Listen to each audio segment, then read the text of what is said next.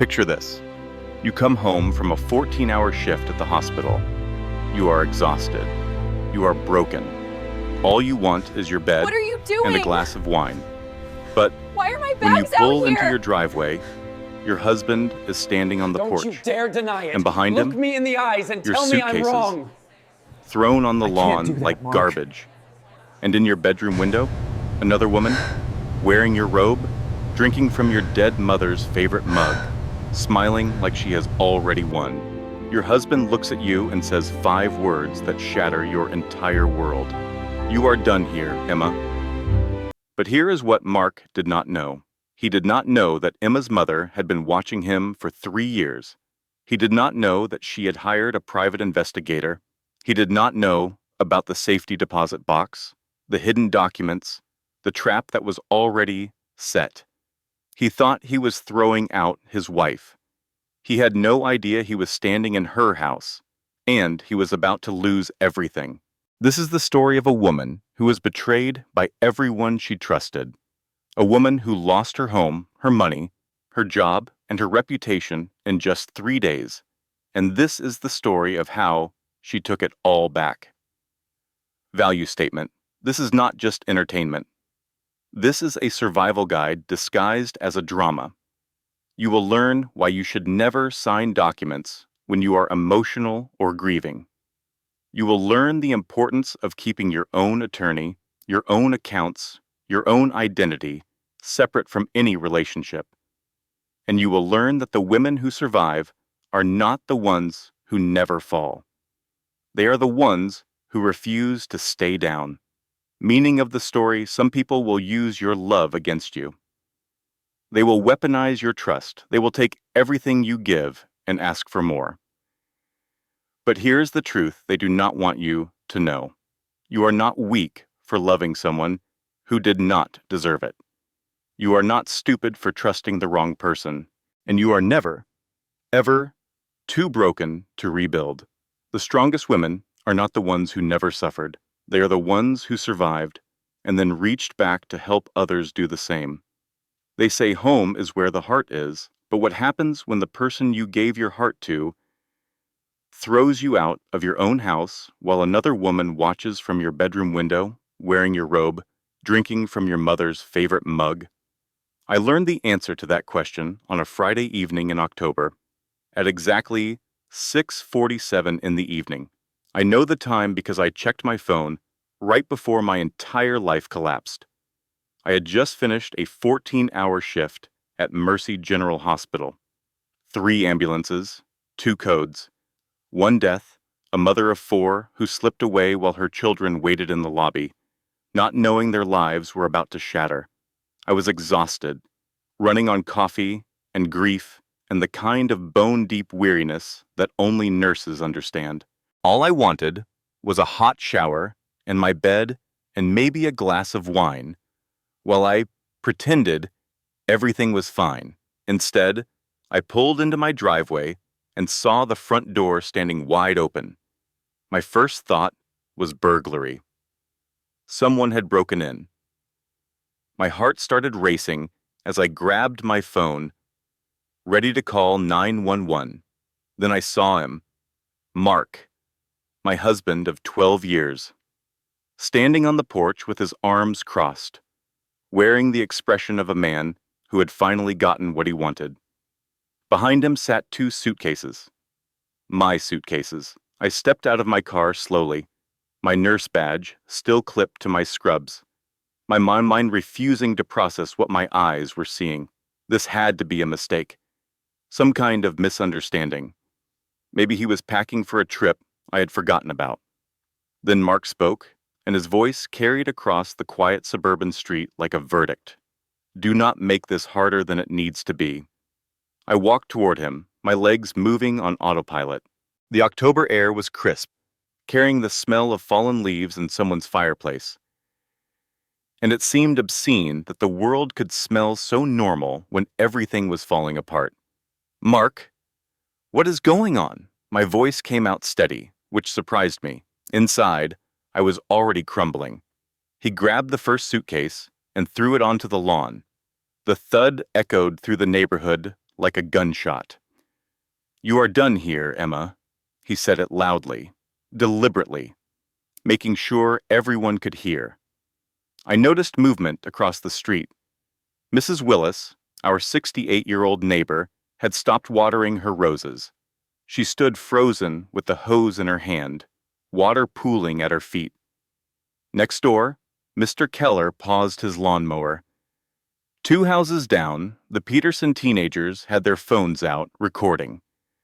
My humiliation was going to be on Facebook by dinner. "I am calling the police," Mark continued, louder still. "You need to leave my property." "Your property?" The words felt like broken glass in my mouth. "This is my mother's house, you know that." Mark laughed. Actually laughed. "It was my house for 3 years, Emma. My name is on the deed. Your mother made sure of that before she died." The world tilted. I grabbed the porch railing to steady myself. My mother had died 8 months ago. Cancer. She had spent her final weeks in a hospital bed in the living room of this very house. The house her own mother had left her. The house where I had grown up. I had held her hand when she took her last breath. I had planned her funeral, while Mark claimed to be too busy with work to help. And now he was telling me she had given him our family home? "That is not possible," I whispered. "Mom would never do that." "Shows what you know about your own mother," Mark said with a smirk. "Now get your stuff and get out before I have you arrested for trespassing." That was when I saw her, in the upstairs bedroom window, my bedroom window. A woman with honey blonde hair and a smile that could cut glass. She was wearing my blue silk robe, the one my mother had given me for my birthday 2 years ago. And in her hands was a coffee mug.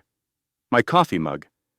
The one that said, "World's Best Daughter," the last gift my mother ever gave me. Jessica did not try to hide. She stood in that window like a queen surveying her new kingdom, sipping from my cup, wearing my robe, claiming my life. I recognized her. Of course I did. She was Mark's business partner.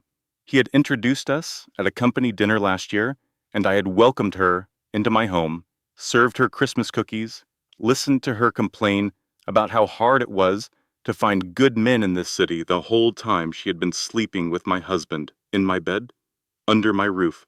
How long? My voice came out flat, dead, like something inside me had already given up. Mark sighed, annoyed by the question. "Does it matter?" "How long, Mark?" He shrugged. 2 years, maybe longer. "Look, I was going to tell you, but you were always working or crying about your mother. It was never the right time. 2 years. I had worked double shifts for 2 years to save his failing real estate business. I had missed my mother's last birthday for his company retreat. I had given him everything, every penny, every hour, every piece of myself that I had left to give. And he had been giving it all to her. The neighbors were still watching, still recording. I could feel their eyes on me like spotlights, illuminating my shame for the whole world to see. Some of them were people I had known for years, people I had brought soup to when they were sick, people whose children I had babysat in high school. Now they were watching me lose everything, and not one of them stepped forward to help. I stood there on the sidewalk, still in my scrubs, still smelling like hospital disinfectant and failure. My suitcases lay on the lawn like corpses. The woman in my window raised my mother's mug in a toast, a small victorious gesture that said everything words could not. She had won. They had won. And everyone on this street was going to watch me walk away in defeat. But something strange happened in that moment. Something I did not expect. I did not cry. I did not scream or beg or fall apart. Instead, I felt something cold and hard settle into my chest, like a stone dropping into still water. It was not acceptance. It was not defeat. It was patience. Because as I stood there, watching Mark smirk and Jessica preen, I remembered something my mother had told me in her final weeks. She had gripped my hand with surprising strength. her eyes fever bright, and whispered words I had not understood until this very moment. "When the storm comes," Eleanor Davis had said, "and it will come, do not fight it. Wait, watch, and when the time is right, make one phone call." I had thought she was delirious from the morphine. I had nodded and patted her hand and told her everything would be fine. But my mother had been a family court judge for 30 years. She had spent her career watching men like Mark destroy women like me. And she had known, somehow she had known, that this day would come. I reached into my purse and pulled out my phone. Mark was already heading back inside, laughing at something Jessica had called down from the window. He thought he had won. He thought I would crawl away quietly, too ashamed to fight back. He had no idea who he was dealing with. I scrolled through my contacts until I found the name I was looking for. Richard Hall, my mother's attorney. My thumb hovered over the call button. This was it, the moment my mother had prepared me for, the storm she had seen coming long before I could. I pressed call. Richard answered on the second ring. His voice was calm and unsurprised, like he had been waiting by the phone. "Mrs. Davis," he said, "I have been expecting your call." Richard Hall arrived exactly 19 minutes after I called him. I know because I counted every second, sitting on my suitcase with Mrs. Willis beside me, watching the minutes crawl by like they were wading through molasses. The old woman had shuffled over with a folding chair and a bottle of wine almost immediately after Mark went back inside. Not water, wine. "Sit down, honey," she had said, pressing the bottle into my hands. "I have been waiting 3 years to watch that man get what is coming to him." I stared at her. "You knew?" Mrs. Willis settled into her chair with a grunt. "Sweetie, I am 68 years old, with nothing to do but watch this street. I know what everyone is hiding." She leaned in close, her voice dropping to a conspiratorial whisper. "The Hendersons? Tax fraud? The Palmers? He wears her dresses when she is at work. And your husband? Trash. Absolute trash." Despite everything, I almost smiled.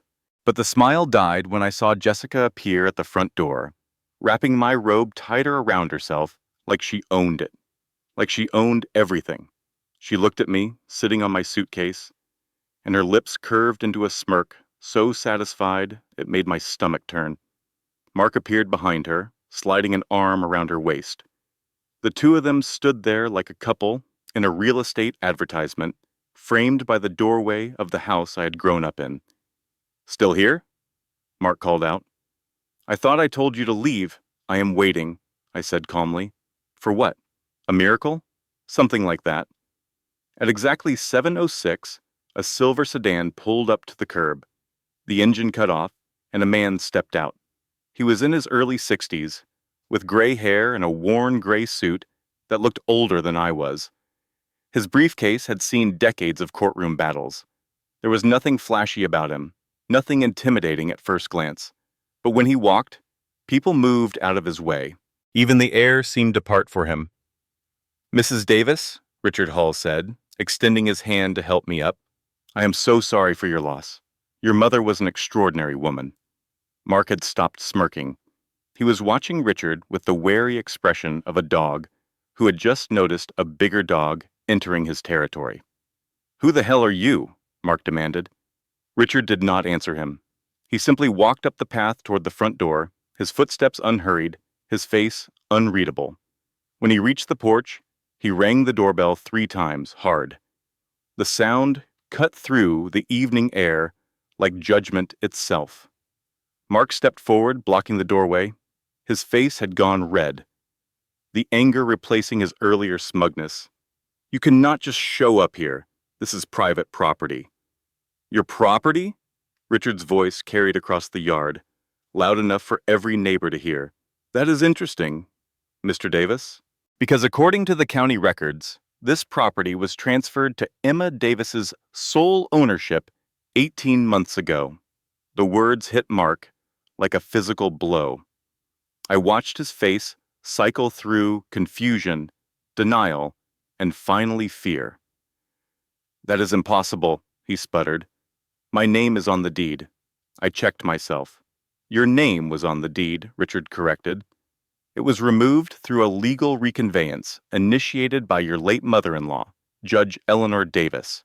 The transfer was completed and filed with the county 14 months before her death." He pulled a thick brown envelope from his briefcase and handed it to Mark. "This property now belongs to Emma Davis, solely and completely. You have no legal claim to it whatsoever." I felt my heart soar. My mother had protected me, even while she was dying, even while I was oblivious to the danger. She had seen what Mark was and made sure he could never take what was mine. The neighbors stirred. Someone whispered, "Oh my God," loud enough for everyone to hear. Mrs. Willis cackled with undisguised delight. Mark tore open the envelope, his hands shaking as he rifled through the documents. His eyes scanned the pages, growing wider with each one. "This cannot be legal," he said, but his voice had lost its confidence. "Eleanor would never do this. She loved me." Richard's expression did not change. "She tolerated you, Mr. Davis. She loved her daughter. There is a difference." Jessica had gone pale. She clutched the doorframe, her earlier smugness evaporating. "Mark," she said quietly, "what is happening?" But Richard was not finished. "There is also the matter of the loans," he continued, his voice sharp as a scalpel. "2 loan applications totaling $120,000 using this property as collateral, both bearing Mrs. Davis's signature." He paused, letting the words sink in. "Forged signatures, Mr. Davis. That is fraud. The FBI has been notified." The color drained from Mark's face so fast I thought he might faint. "You cannot prove that," he stammered. "We can," Richard said firmly. "Your mother-in-law was a judge for 30 years. She knew how to build a case. She had a private investigator following you for 18 months. Photographs, timestamps, hotel receipts. She documented everything." The neighborhood had gone completely silent. Even the birds seemed to have stopped singing. Every eye was on Mark, watching him crumble under the weight of his own lies. I stood up from my suitcase, my legs steady now, my heart pounding with something that felt almost like hope.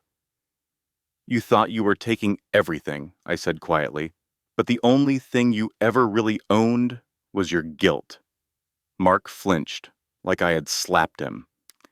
For the first time since I had known him, he looked afraid. Richard handed me another document. "This is a temporary restraining order, Mr. Davis is to remove only his personal belongings, clothing, toiletries, and work materials. Any attempt to damage, sell, or remove property belonging to you will result in his immediate arrest." I took the paper with trembling hands. It was real. This was actually happening. Mark looked at me with something approaching desperation. "Emma," he said, "we can talk about this. We can work something out." I shook my head slowly. "There is nothing to talk about, Mark. You threw my suitcase on my lawn while your mistress watched from my window. You told the whole neighborhood this was your house. You lied to me for years, and now you are standing in my doorway asking to negotiate." I stepped closer to him, close enough to see the sweat beading on his forehead. "Get out of my house." The neighbors burst into scattered applause. Someone yelled, "Get him, girl, from down the street." Mrs. Willis raised her wine bottle in a toast. For one perfect moment, I thought it was over. I thought I had won. But then Jessica smiled. It was a small smile, barely there, but it sent ice down my spine. She reached into the pocket of my robe, and pulled out her phone. "Mr. Hall," she said sweetly, "I think there is something you should see." She turned the screen toward him. On it was a photograph of a document. "Emma signed a post-nuptial agreement 3 years ago," Jessica continued. "It supersedes any previous ownership claims. The house The accounts, everything goes to Mark in case of divorce. My blood turned to ice. Richard took the phone, studying the image. His face tightened, almost imperceptibly. I never signed anything like that, I said. But even as the words left my mouth, a memory surfaced. A terrible, sickening memory. March 15th, 3 years ago. My mother had just coded in her hospital room. The doctors had brought her back, but barely. I was sitting in the hallway sobbing when Mark appeared with a stack of papers. Just some insurance forms, he had said. I need your signature before the deadline. I had signed without reading. Of course I had signed. My mother was dying. I could not think straight. I trusted my husband. Richard's voice broke through my spiral of panic. This appears to be authentic. Mark's fear vanished, replaced by triumph. So much for your little ambush, Emma. He grabbed the phone back from Richard. This agreement supersedes the deed transfer. The house is mine. Now get off my property before I call the police. But Mark. Now, Emma. The neighbors who had been cheering moments ago now looked away. The tide of public opinion shifted like sand beneath my feet. One minute I was a victim, reclaiming her home. The next I was a trespasser who had just been outmaneuvered. I picked up my suitcases. They felt heavier now, weighted down with everything I had just lost. Richard placed a hand on my shoulder. This is not over, he said quietly. There are options. But I barely heard him. I was watching Jessica slip her arm through Mark's, watching her lead him back into my house, watching my entire life disappear behind a closing door. I walked down the driveway alone. The neighbors scattered, suddenly finding other things to look at. Mrs. Willis called after me, but I did not turn around. Mom, I whispered to myself, what did I do? What did I sign? The autumn wind picked up, scattering leaves across the street. My mother's house grew smaller in the distance with every step. And somewhere behind me, I heard Jessica laugh. The next 3 days taught me exactly how thoroughly a person could be erased. On Monday morning, I walked into First National Bank with a simple plan. I would withdraw enough money from my savings account to stay at a motel for a few weeks while I figured out my next steps. My mother had left me $40,000. It was not a fortune, but it was enough to survive on while I got back on my feet. The teller smiled at me when I approached. Good morning. How can I help you today? I would like to make a withdrawal, I said, sliding my ID across the counter. She typed my information into her computer. Then her smile faltered. I am sorry, Mrs. Davis, she said slowly.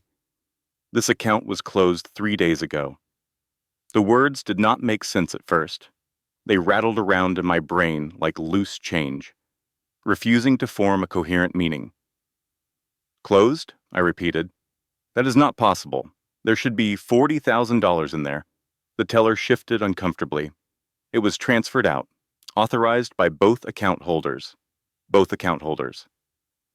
Mark's name had been on the account since our wedding. I had added him as a gesture of trust, of partnership, of all the stupid, naive things I used to believe in. When my mother died and left me that money, it had gone straight into our joint account. I had never thought to remove his name. Why would I? He was my husband. We were supposed to be a team. Where did the money go? I asked, even though I already knew the answer. The teller glanced at her screen. I cannot disclose that information without both account holders present. I am sorry. I left the bank with nothing. $40,000, my mother's final gift, gone. Stolen by the man I had trusted with my life. But that was only the first catastrophe. On Tuesday, I drove to Mercy General Hospital for my shift. I had been working at that hospital for 15 years. It was not just my job, it was my identity. I was Emma Davis, ER nurse, the one who stayed late, the one who held hands and wiped tears and did everything she could to make the worst days of people's lives a little more bearable. My supervisor, Nancy, met me at the entrance. Her face was grim. Emma, she said, I need you to come to HR. Why? What is wrong? She would not answer. She just led me through the corridors I knew better than my own home, past the nurse's station where I had spent countless hours, past the break room where I had celebrated birthdays and cried after losing patients. Two police officers were waiting in the HR office. Mrs. Davis, one of them said, "We have received a report that you have been stealing medication from the hospital pharmacy." The accusation was so absurd, so completely disconnected from reality, that I actually laughed. "You cannot be serious. We have security footage," the officer continued, "and a statement from your husband. My husband. Of course. Of course it was Mark. He was not just taking my house and my money, he was taking my career, my reputation, my entire existence." "That is a lie," I said, my voice rising. "I have never stolen anything in my life. Whatever footage you have, it is faked. He is doing this to destroy me." The officers exchanged glances. "Mrs. Davis, we understand this is a difficult situation, but until the investigation is complete, you have been placed on administrative leave." Administrative leave. 15 years of perfect service, 15 years of dedication and sacrifice and showing up even when I was sick, even when I was grieving, even when my mother was dying in a hospital bed. And now I was being escorted out of my own workplace like a criminal. Nancy could not even look at me as I cleaned out my locker. The second catastrophe was complete, but the third one broke me. On Wednesday night, I was sleeping in my car outside a Walmart. I had no money for a motel, no friends I felt I could call. The women's shelter was full, and the waiting list was 2 weeks long. So I parked in the back corner of the lot, reclined my seat, and tried to pretend I was not completely alone. A tap on my window woke me at 2 in the morning. A police officer stood outside, flashlight in hand. "Ma'am," he said, when I rolled down the window, "you cannot sleep here." "I am sorry," I stammered, still half asleep. "I will move. I just needed to rest for a few hours." "There has been a complaint," he continued. "Someone reported a woman matching your description following children in the parking lot." The words hit me like a punch to the gut. What? I was not following anyone. I was just sleeping. The officer's expression remained neutral, but I could see the suspicion in his eyes. Mark's accusation at the hospital had worked. Now he was using the same tactic again, painting me as dangerous, unstable, someone who could not be trusted around children. "I need to see your ID, ma'am." I handed it over with shaking hands. He ran my information and found nothing, because there was nothing to find. But the damage was done. By the time he let me go, the sun was coming up, and I had not slept more than 2 hours. I sat in the police station parking lot and finally let myself fall apart. No home, no job, no money, no friends, no one who believed me. I had given 12 years to a man who was systematically erasing my existence. Every piece of my life that I had built, every relationship, every accomplishment, every dream was being dismantled brick by brick. And the worst part was the question that kept echoing through my head, the question I could not stop asking no matter how hard I tried. What did I do wrong? Why was not my love enough? I pressed my forehead against the steering wheel and sobbed until my chest ached. That night, I finally swallowed my pride and went to the women's shelter. They had an emergency bed available, a stroke of luck that felt more like defeat. The intake worker was a woman named Diana. She was kind but overworked, her eyes carrying the weight of 1,000 stories like mine. "Any family you can stay with?" she asked. "My mother died 8 months ago. I do not have anyone else. Friends?" I thought of Carrie, my best friend since college. The woman who had warned me about Mark 5 years ago, who had told me he was controlling and manipulative and dangerous. The woman I had cut out of my life Because Mark said she was jealous and toxic and trying to ruin our marriage. No one, I whispered. I do not have anyone. Diana nodded without judgment. She had heard it all before. The shelter bed was hard. The sheets smelled like industrial detergent. Around me, other women cried in the darkness, their pain bleeding into the air like something contagious. Some of them had been hit. Some had been worse.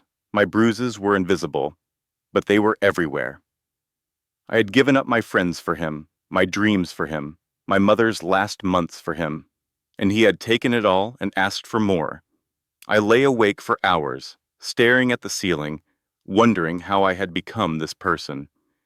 Emma Davis, the woman who could not see what everyone else saw.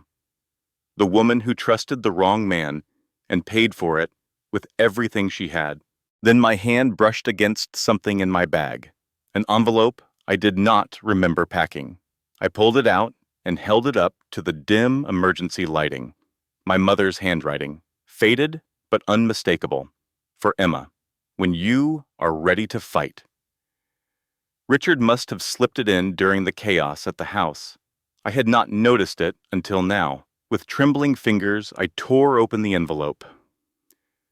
My darling girl, the letter began, if you are reading this, Mark has finally shown who he really is. I knew this day would come. I have known for 3 years. I kept reading. And with each word, I felt something shift inside me. Something that had been broken start to mend. By the time I finished the letter, I was not crying anymore. I was planning. My mother's letter was 3 pages long, written in the careful handwriting of a woman who knew she was running out of time. Some words were shaky, probably written during her worst days when the pain medication made her hands tremble. But every sentence was deliberate. Every word chosen with the precision of the judge she had been for 30 years.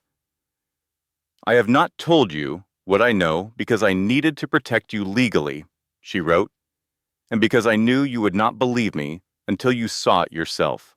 Love blinds us. I understand that better than anyone. Your father blinded me for 22 years before I finally saw the truth. I paused at that line. My father had left when I was 7. My mother never talked about him, and I had learned early not to ask.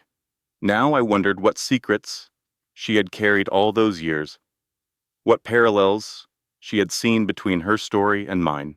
But I am your mother, the letter continued, and mothers protect their children even from beyond the grave. The post-nuptial agreement that Mark made you sign, I found out about it 6 months before I died. I have been working with Richard ever since. The document has a flaw, Emma, a fatal flaw. But I could not just hand you the answer. The courts require you to fight, you to discover, you to prove. The key unlocks a safety deposit box at First National Bank. Box 1247. Inside is everything you need. But more than that, inside is the truth about Mark, and the truth about the woman he is with. It will hurt. It will hurt more than anything you have felt so far. But you are my daughter. You are stronger than you know, and you deserve to be free. I love you. Fight. Mom. At the bottom of the envelope was a small brass key. It looked ordinary, unremarkable, the kind of key that could open anything or nothing, but it was the most valuable thing I had ever held. The next morning, I took a bus to First National Bank, the same bank where I had learned my mother's inheritance had been stolen. Walking through those doors again felt like returning to a crime scene, but I forced myself to keep moving. I would like to access a safety deposit box, I told the clerk. Number 1247. She checked my ID, verified that I was listed as the box's owner, and led me to a private room. The box was waiting for me, a rectangular metal container that seemed too small to hold the answers I needed.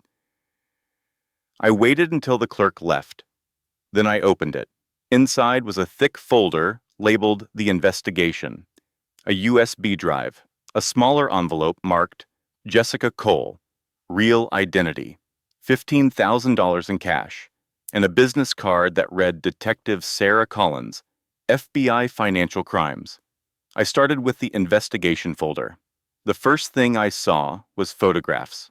Mark and Jessica together. But these were not recent pictures. They were dated 4 years ago. Not 2 years, like Mark had claimed. 4 years. He had been lying about the timeline as casually as he lied about everything else.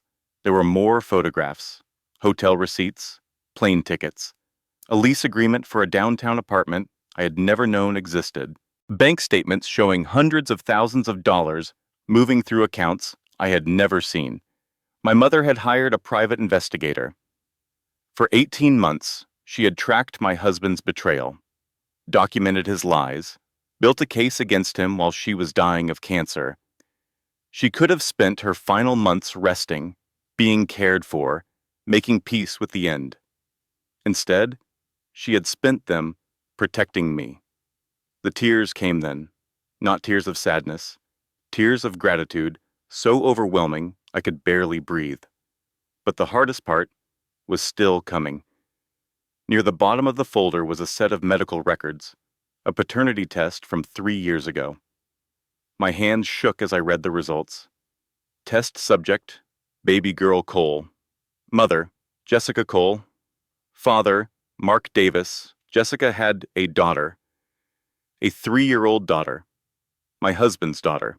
I sat in that tiny bank room for a long time, letting the information sink in.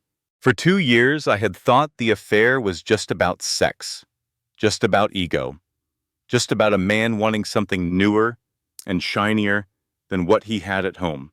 But there was a child, a whole secret family that Mark had been building while I worked double shifts to save his business, while I cared for my dying mother alone, while I trusted him with everything I had. The pain was staggering, but beneath it, I felt something else, a cold, clear anger that cut through the grief like a blade. I opened the second envelope. Jessica Cole, real identity. And that was when everything changed. Jessica Cole was not Jessica Cole. Her real name was Jennifer Morris. She was not 29, she was 34, and she was not single. She was married to a man named Thomas Cole for 9 years. The documents in my hands painted a picture so twisted I could barely comprehend it. Jennifer, calling herself Jessica, had done this before, 3 times, in Ohio, in Pennsylvania, in Nevada. She targeted married men, seduced them, got pregnant or claimed to, and leveraged the affair for money. But this was different. This was not just an affair. According to my mother's investigation, Jessica and Mark had been partners for over a decade. They were not having a relationship.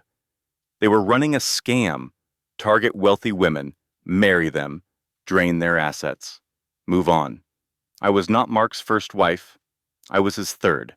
The realization hit me like a physical blow. Everything I had believed about my marriage, about my husband, about my own judgment was a lie. I had not been unlucky in love. I had been selected, groomed, manipulated by professionals. But my mother had seen through them. My mother, dying of cancer, barely able to walk, had uncovered the truth that I had been too blind to see. She had spent her final months building a weapon and leaving it for me to find. The last item in the folder was a handwritten note in my mother's writing. The postnuptial agreement requires both parties to sign with independent legal representation. Mark had a lawyer present when you signed. You did not. Find the hospital security footage from March 15th, 3 years ago. It will show you signing under duress, without counsel, without understanding. That is your weapon, Emma. That is how you win. I gathered every document, every photograph, every piece of evidence my mother had collected. I put the cash in my pocket and the business card in my wallet. Then I walked out of that bank and started making phone calls. The woman who had entered that building was broken, defeated, alone. The woman who left was something else entirely. 3 days after I opened my mother's safety deposit box, I was sitting in a diner on the outskirts of town. My evidence was spread across the table, photographs and documents and bank statements, creating a mosaic of betrayal. I had been staring at it for hours, trying to see the pattern, trying to find the thread that would unravel everything. The coffee in front of me had gone cold. The waitress had stopped asking if I wanted a refill. I was alone in a way that went deeper than just being by myself. Then a shadow fell across my table. I looked up and felt my heart stop. Carrie Mitchell, my best friend since college, the woman I had abandoned 5 years ago when Mark convinced me she was jealous and toxic. The woman who had told me the truth and paid for it with our friendship. She looked older. There were lines around her eyes that had not been there before, but she was still Carrie, still had that direct gaze that could see through any lie. Mrs. Willis called me, she said without preamble.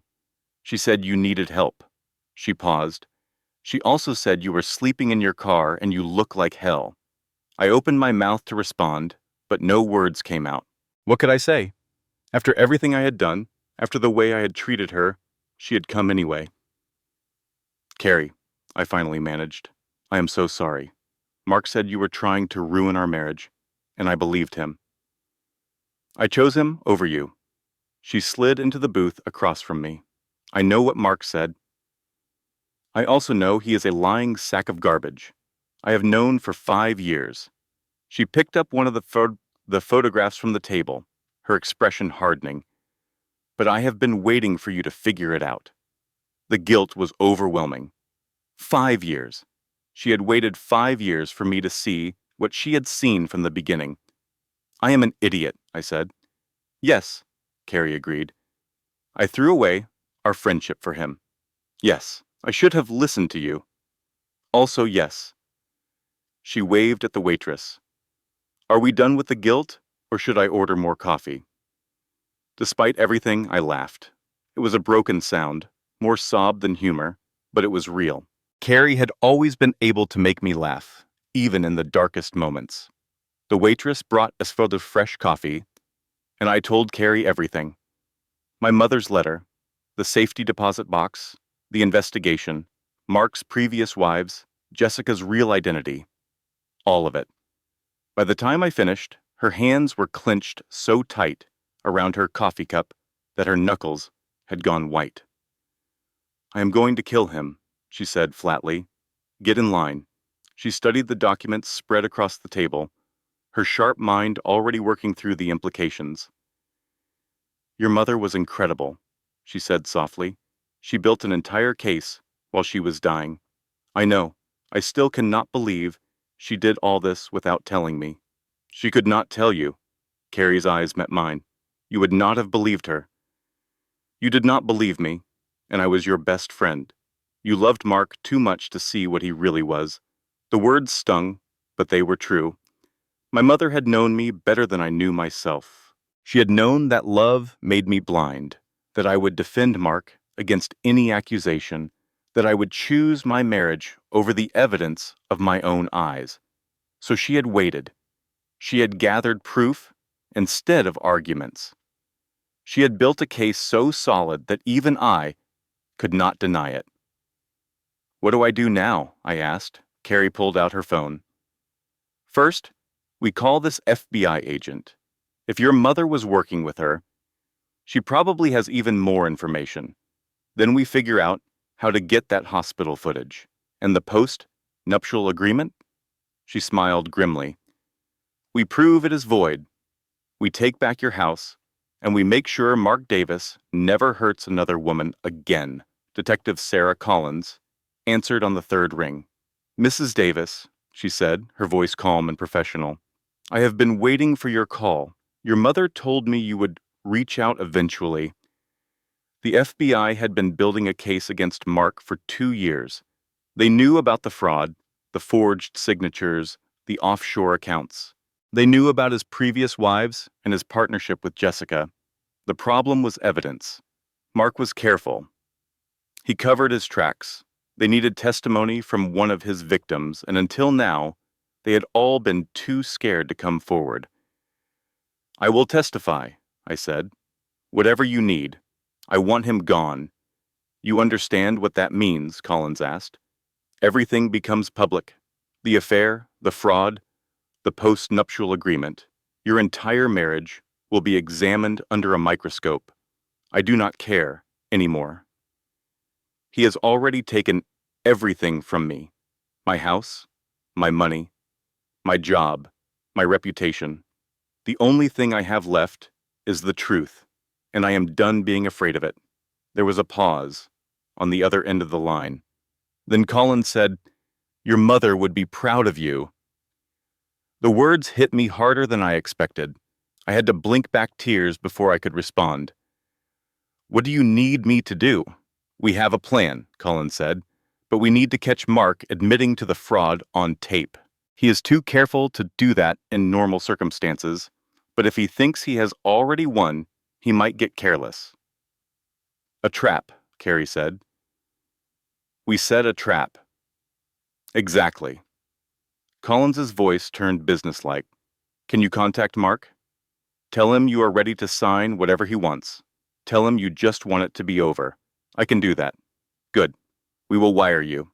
Get him talking about the loans, the accounts, the forged signatures. If we can get a confession on tape, it is over for him." I looked at Carrie.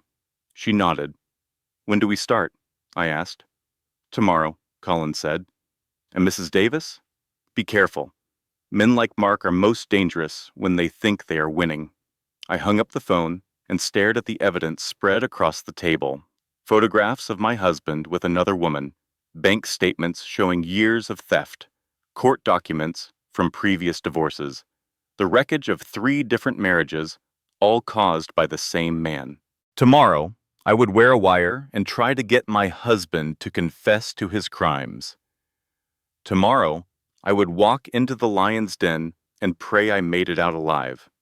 But tonight, I had something I had not had in years. I had a friend. I had a plan. And for the first time since Mark threw my suitcase on the lawn, I had hope. The coffee shop was called Morning Glory. It sat on the corner of Main and Fifth, with big windows that let in the afternoon light and a steady stream of customers that provided perfect cover for surveillance.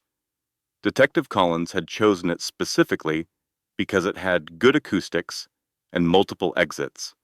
I was sitting at a corner table, trying to look calm while my heart threatened to beat out of my chest. The wire taped to my rib cage itched something fierce, but I did not dare scratch it. Collins was in a van across the street, listening to every sound I made. Carrie was at a table near the door, pretending to read a book while watching for Mark. He was late. Of course he was late. He had always made me wait. It was a power move, a way of reminding me that his time was more valuable than mine. I sipped my coffee and tried to remember everything Collins had told me.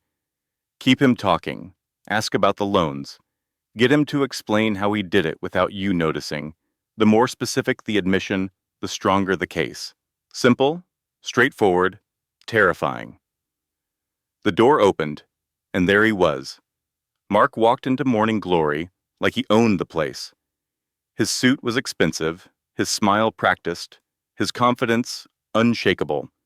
He scanned the room until he found me, and his expression shifted into something that almost looked like sympathy. "Emma," he said, sliding into the seat across from me, "you look tired. It has been a rough few weeks." I can imagine. He signaled the waitress. "Cappuccino, extra foam," then, turning back to me, "So, you said you were ready to talk." I nodded, keeping my voice steady. "I am tired of fighting, Mark. I do not have the energy for lawyers and courts and all of this drama. I just want it to be over." His smile widened. "I knew you would come around eventually. You were always practical, Emma. It is one of the things I used to like about you. Used to. Past tense. Like our entire marriage was already something he had discarded. I just want to understand, I said. The loans, the accounts. How did you do it all without me noticing? Mark laughed. The sound was casual, confident, the laugh of a man who thought he had already won. You made it easy, he said. You were always working or taking care of your mother. You never paid attention to the financial details. He leaned back, enjoying the moment. All I had to do was wait for the right time. Your mother was sick. You were distracted. I put a document in front of you, and you signed it without reading. He shrugged. People are so trusting when they are grieving. And the loans? Those were even easier. Your signature is simple. A few practice attempts, and I had it perfect. He smiled like he was sharing a clever trick. The banks do not really check, you know. They just want the paperwork to look right. My hands were shaking under the table. I pressed them against my thighs, trying to keep my expression neutral. But what about the deed? I asked. My mother changed it before she died. She took your name off. Mark's smile flickered. That was annoying, I admit. Your mother was sharper than I expected. But the post-nuptial agreement supersedes the deed transfer. My lawyer made sure of that. Your lawyer. I swallowed hard. The one who was there when I signed. Of course, he spread his hands. Everything was done properly, Emma. You signed the agreement of your own free will. It does not matter that your mother tried to cut me out later. The courts will honor the contract. But I did not know what I was signing. I was at the hospital. My mother had just coded. You said they were insurance forms. Something shifted in Mark's expression. His eyes narrowed, and he studied my face for a long moment. You are recording this, are you not? My heart stopped. What? No, I am not, but he was already standing, his chair scraping against the floor with a screech that silenced the whole coffee shop. Everyone, my wife is trying to entrap me. He raised his voice, making sure every person in the room heard him. She is wearing a wire. This woman is crazy. Before I could react, he grabbed my arm and yanked me toward him. His other hand found the wire under my shirt and ripped it free. He threw it on the ground and crushed it under his heel. Then he leaned close, his mouth next to my ear, his voice a whisper that only I could hear.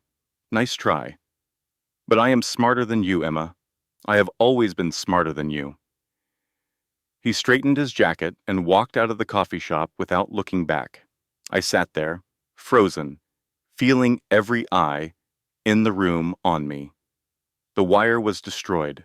The confession was incomplete, and now Mark knew I was fighting back, which meant he would fight harder. Carrie was at my side in seconds. Emma? Emma, are you okay? I could not answer. The words would not come. He knew, I finally whispered. He figured it out. Collins appeared moments later, her face grim. We got part of it. He admitted to forging your signature, but it is not enough. Not without more corroboration. So it was all for nothing, not nothing. Collins squeezed my shoulder. But we need more. We need testimony from his other victims, the other wives, Laura in Oregon, Michelle in Phoenix, women I had never met, women who had survived the same nightmare I was living, women who might be the key to bringing Mark down. But as I sat in that coffee shop, surrounded by strangers who thought I was crazy, I felt something inside me crack. Maybe Mark was right. Maybe I was not smart enough to beat him. Maybe I never had been. That night, I broke down completely. In Carrie's guest room, I sobbed until my chest ached. Years of suppressed pain came flooding out. All the anger and grief and self-blame I had been holding back since the day Mark threw me out. Maybe he is right, I told Carrie between sobs. Maybe I am stupid. My mother spent her last months protecting me from my own choices, and I still lost everything. You did not lose everything. Carrie sat beside me on the bed. You lost stuff. Stuff can be replaced. Easy for you to say. Her expression hardened. Is it? My ex-husband cleaned out our retirement fund, and left me with $80,000 in debt I did not know existed. I spent 3 years rebuilding from nothing. You think I do not understand? I looked at her then, really looked. She had lines around her eyes that had not been there 5 years ago. Strength, yes, but also scars. She had walked this road before me. She had survived. You want to know what saved me? Carrie continued. Documentation. I documented everything. Every text, every email, every lie he told, and when he told it. By the time we got to court, I had a timeline of his deception that even his lawyer could not argue with. She handed me a tissue. You are not stupid, Emma. You are not weak. You trusted someone who did not deserve your trust. That makes you human. It does not make you a failure. I wiped my eyes and took a shaky breath. So, what do I do now? Now we regroup. We find Mark's other victims. We build a case so strong that no amount of money or lawyers can save him. She was right. I knew she was right. But the fear was still there, coiled in my chest like a snake. What if they do not want to help, I asked. What if they are too scared? Then we show them they are not alone. Carrie's jaw set with determination. We show them that together we can take him down. I nodded slowly. The tears had stopped. The shaking had stopped. Something new was taking their place. Something harder, colder, more dangerous. Okay, I said. Let us find them. Laura Peterson lived in a small town in Oregon, 3 hours from Portland. The kind of place where everyone knew everyone, and strangers were noticed immediately. I found her working at a veterinary clinic, her name tag reading Dr. L. Peterson, the kind of anonymity that only made sense when you were running from something or someone. She was in her mid-40s, with graying hair pulled back in a practical ponytail and the kind of wariness in her eyes that I recognized instantly. It was the same look I saw in the mirror every morning, the look of a woman who had learned not to trust.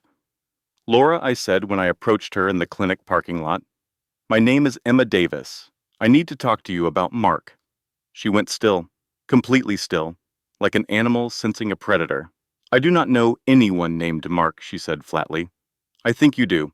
I held out a photograph, one from my mother's investigation. You were married to him in 2008. He did the same thing to you that he did to me. Laura stared at the photograph for a long moment. When she finally looked up, her eyes were wet. So he finally found someone else to destroy, she said quietly. We sat in her car for 2 hours while she told me her story. Married in 2008.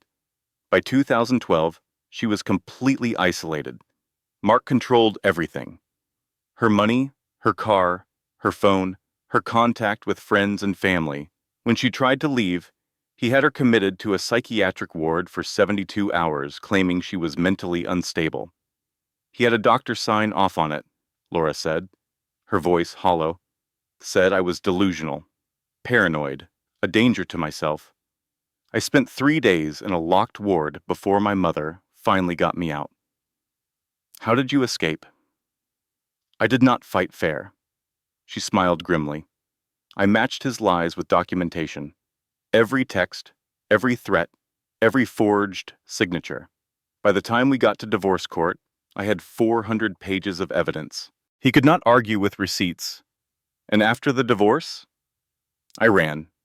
She looked out the window at the quiet Oregon street, changed my name, moved 3 times. For 8 years, I have been looking over my shoulder, waiting for him to find me. He is not going to find you. I reached out and took her hand. We are going to find him first. Michelle Rodriguez was harder to locate. Detective Collins tracked her to a women's shelter in Phoenix, living under a fake name, terrified that every knock on the door might be Mark coming to make good on his threats. If Mark knows where I am, he will kill me, Michelle said. When I finally convinced her to meet me, he said he would. I believe him. She was younger than Laura, early 30s, with the kind of nervous energy that came from years of looking over her shoulder. Her hands trembled constantly, and she flinched at loud noises. He is facing federal charges, I told her. Fraud, forgery, conspiracy. The FBI has been building a case for 2 years, but they need testimony from his victims. They need us. Michelle shook her head. You do not understand. He has money. He has lawyers. He has connections. People like him do not go to prison. They destroy the people who try to hold them accountable. People like him count on us being too scared to fight back. I leaned forward, my voice intense. He has done this to at least 3 women that we know of. Probably more. How many more lives does he get to ruin before someone stops him? She was quiet for a long moment. Then she said, I thought I was the only one. I thought there was something wrong with me, something that made me deserve what happened. I spent years in therapy trying to figure out what I did to cause it. There was not anything wrong with you, I said firmly. There was something wrong with him, and there are others just like you, waiting to be found. Michelle looked at me, and I saw something shift in her eyes. The fear was still there, but underneath it was something else, something that looked almost like hope. If I testify, she said slowly, you really think we can beat him? I think we can try, and I think trying is better than hiding for the rest of our lives. 3 women, 3 stories, 3 decades of destruction. We came together in a conference room at the FBI field office, strangers united by the worst experience of our lives.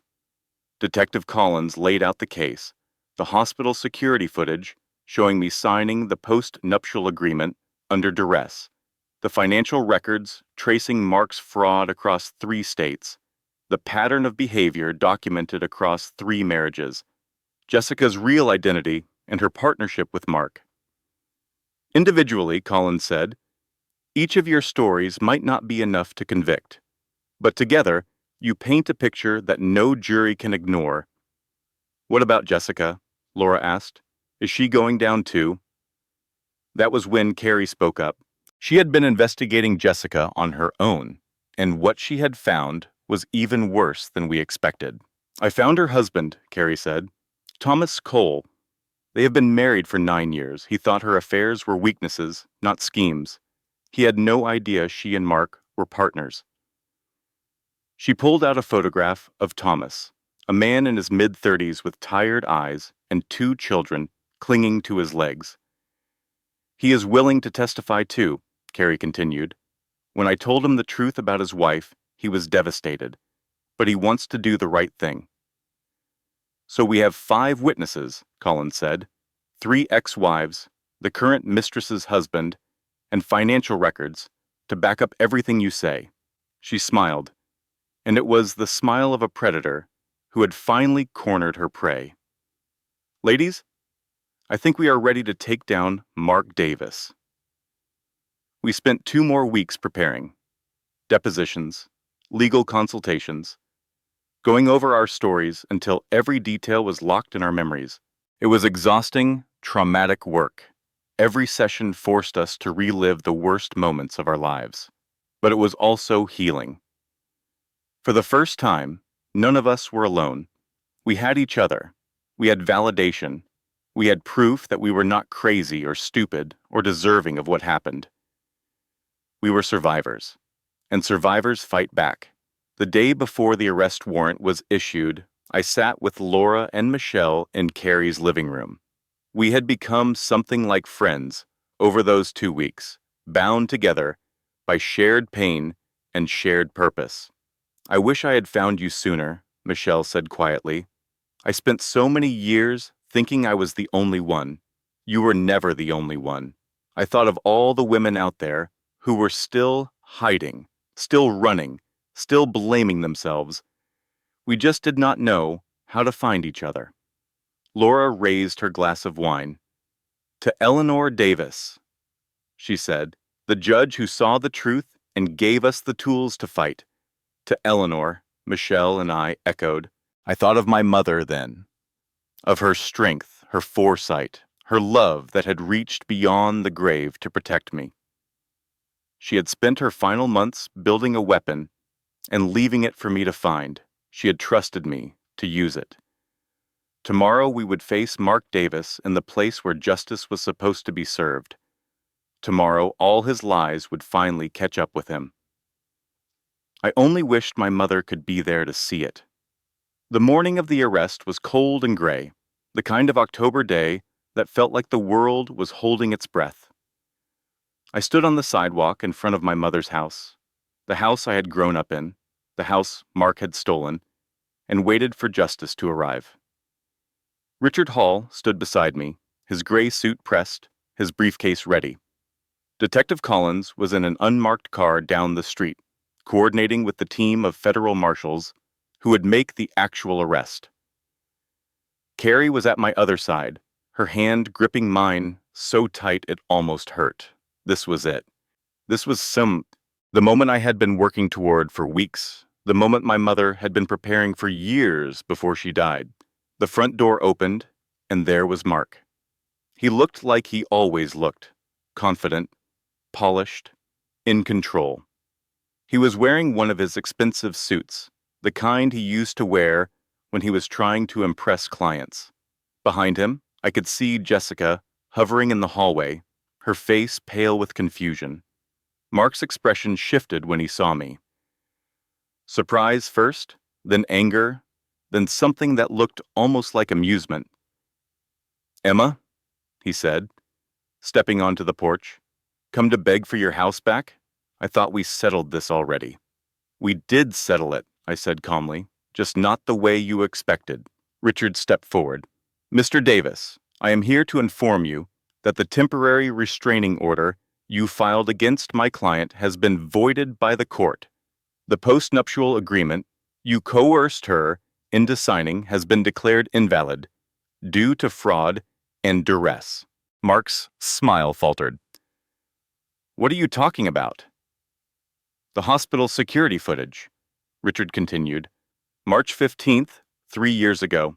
It shows Emma signing documents in a hospital hallway, moments after her mother coded, while she was clearly in emotional distress and without legal representation. That is textbook duress, Mr. Davis. The agreement is void. That is ridiculous." Mark's voice rose. She signed willingly. "My lawyer was there." "Your lawyer was there," Richard agreed. "Hers was not. The contract required independent legal representation for both parties. You failed to provide it. Therefore, the original deed transfer stands. This house belongs to Emma Davis, and you are trespassing." Mark's face went red. "This is harassment. I am calling my lawyer."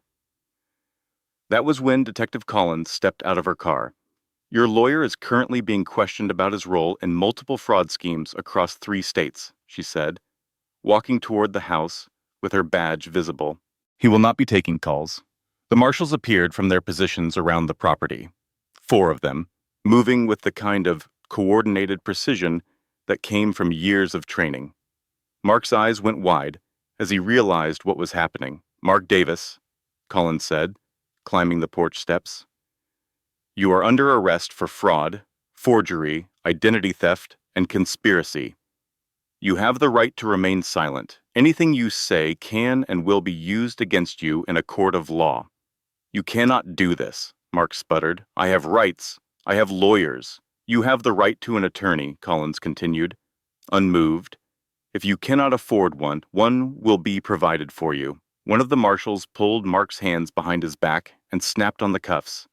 The click of the metal was the most satisfying sound I had ever heard. Jessica tried to run. She bolted for the back door, but another marshal was already there, blocking her escape. "Jessica Cole," Collins said, turning to face her, or should I say Jennifer Morris? "You are under arrest for fraud, identity theft, and conspiracy to commit wire fraud. I do not know what you are talking about." Jessica's voice had gone shrill. "I am just his girlfriend. I did not do anything." "We have documentation going back over a decade," Collins said flatly. "Bank records, email communications, testimony from multiple victims. You and Mr. Davis have been running this scheme together since 2014. Jessica's face crumbled.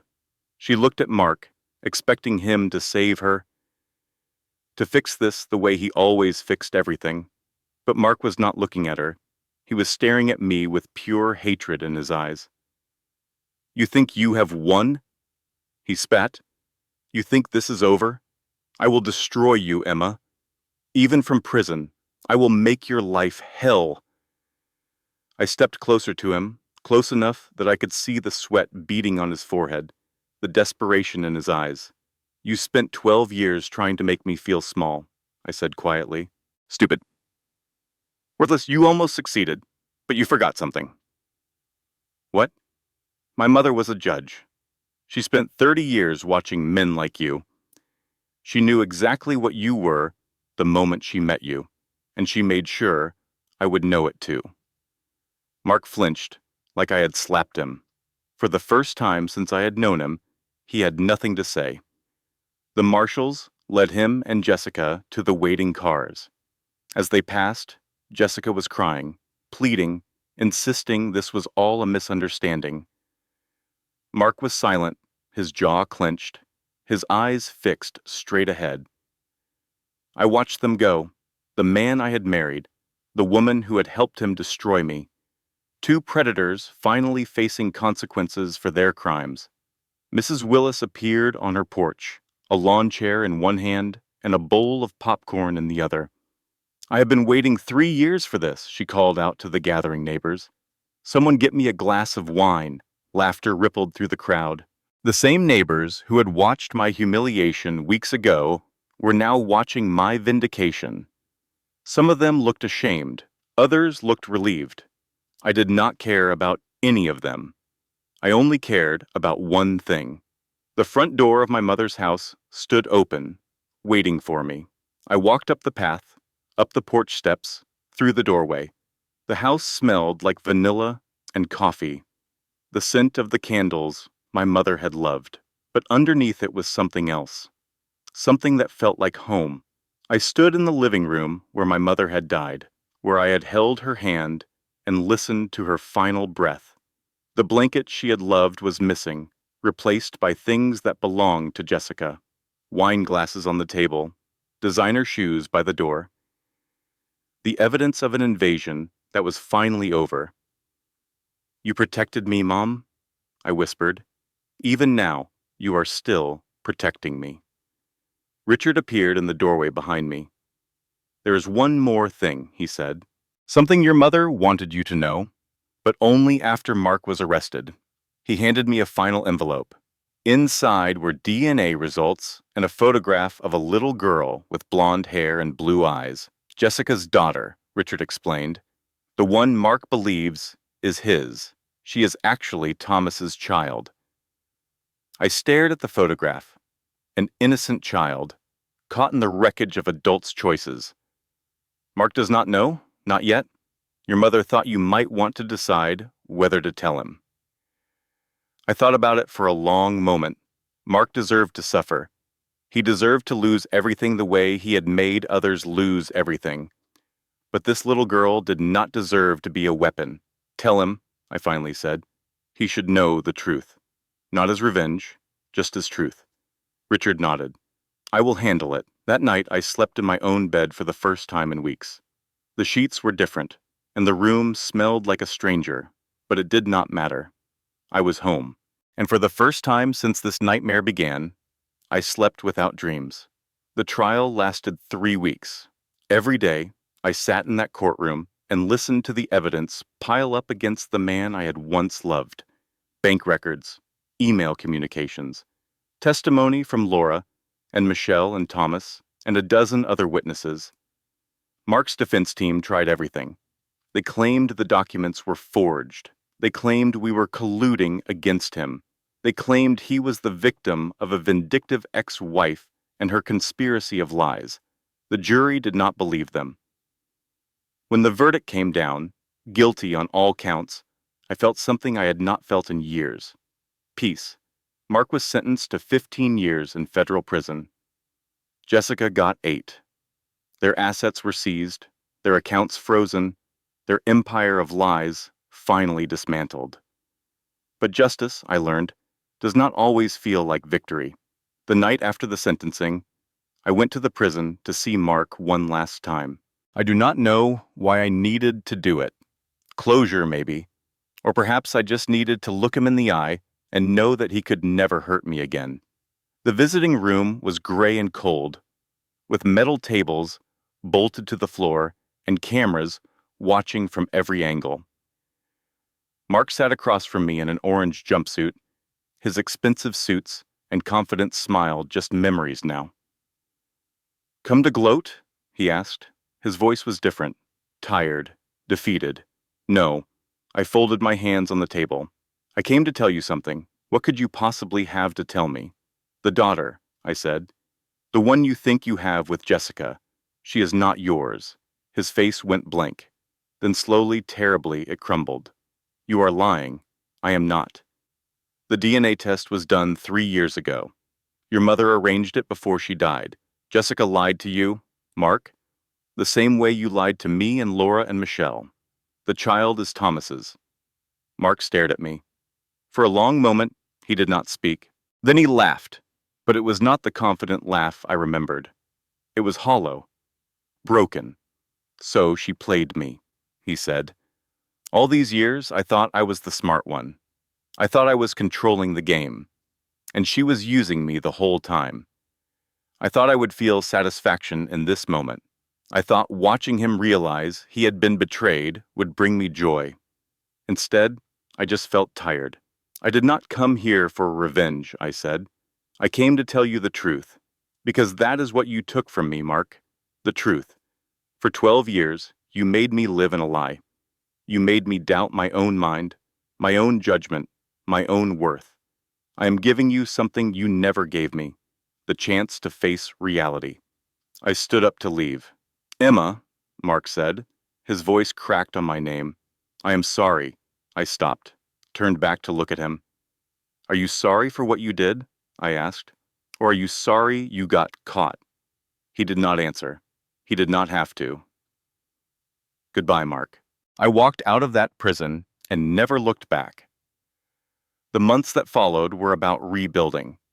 Not just my house or my career, but my entire sense of who I was and what I wanted from life. The hospital investigation cleared my name. The medication theft accusation was proven to be fabricated, and I was offered my job back with a formal apology. I accepted, but only part-time. I had other plans now. My mother had left me more than a house and a weapon. She had left me $40,000 in a savings account Mark never knew about, hidden under my grandmother's maiden name. Combined with the money recovered from Mark's seized assets, I had enough to start something new. I called it the Eleanor Davis Foundation, a nonprofit dedicated to helping women escape abusive relationships and financial fraud. We provided legal assistance, financial counseling, emergency housing, and most importantly, a community of survivors who understood what it meant to rebuild from nothing. Laura became my first employee. Michelle volunteered on weekends. Carrie served on the board. Mrs. Willis appointed herself the unofficial greeter, welcoming every frightened woman who walked through our doors with a folding chair, a glass of wine, and the words that had comforted me on the worst day of my life. "Sit down, honey. You are safe here." 1 year after Mark's conviction, I sat in my mother's garden, watching the roses bloom. They were the same variety she had loved, planted from cuttings I had taken before she died, pink and fragrant and impossibly beautiful. I pulled out her letter, worn now from being read so many times, and read the final paragraphs again. "You will survive this, my darling.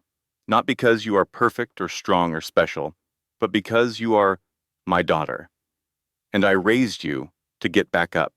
The house is yours. The money is yours. But more than that, your life is yours. Do not give it away again, not to anyone. But when you are ready, and only when you are ready, share it with people who deserve it. Build something beautiful from the ashes. That is what I want for you. That is what I have always wanted for you. I love you. now and forever. Mom, I folded the letter gently and pressed it to my heart. I love you too, Mom, I whispered. Thank you for everything. The garden was quiet. The evening air smelled like roses and possibility. Somewhere inside the house, I could hear Carrie laughing at something on television and Laura arguing with Michelle about what to order for dinner. My life was not what I had imagined it would be. It was better.